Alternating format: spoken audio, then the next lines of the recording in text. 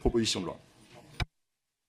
Je vous remercie. Donc, si vous le voulez, nous allons passer aux questions de 1 minute avec comme orateur la première oratrice, Florence Joubert. Madame la Présidente, Monsieur le rapporteur, chers collègues, selon un sondage Odoxa, 75% des Français jugent l'école privée meilleure que l'école publique en termes de résultats. Une perception qui se vérifie largement dans les statistiques au moment du brevet des collèges. Ainsi, une publication du service statistique de l'éducation nationale datant de 2023 estime qu'à cet examen, les élèves du public échouent 4 fois plus que ceux du privé. Cet écart est bien plus significatif qu'il ne l'était il y a 30 ans. Or, cela ne peut s'expliquer seulement par une surreprésentation d'élèves issus de milieux favorisés.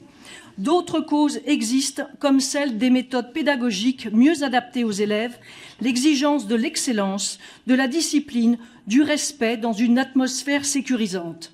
En mettant uniquement en avant la question de la mixité sociale dans les établissements privés, cette proposition de loi ne risque-t-elle pas de faire l'impasse sur les causes réelles qui poussent les parents à y mettre leurs enfants, à savoir leur donner de meilleures chances de réussite ? Ne faudrait-il pas craindre que son éventuelle mise en œuvre ait l'effet contraire de celui escompté, à savoir pousser ces mêmes parents à inscrire leurs enfants dans des établissements privés hors contrat où la mixité sociale est faible ? Je vous remercie.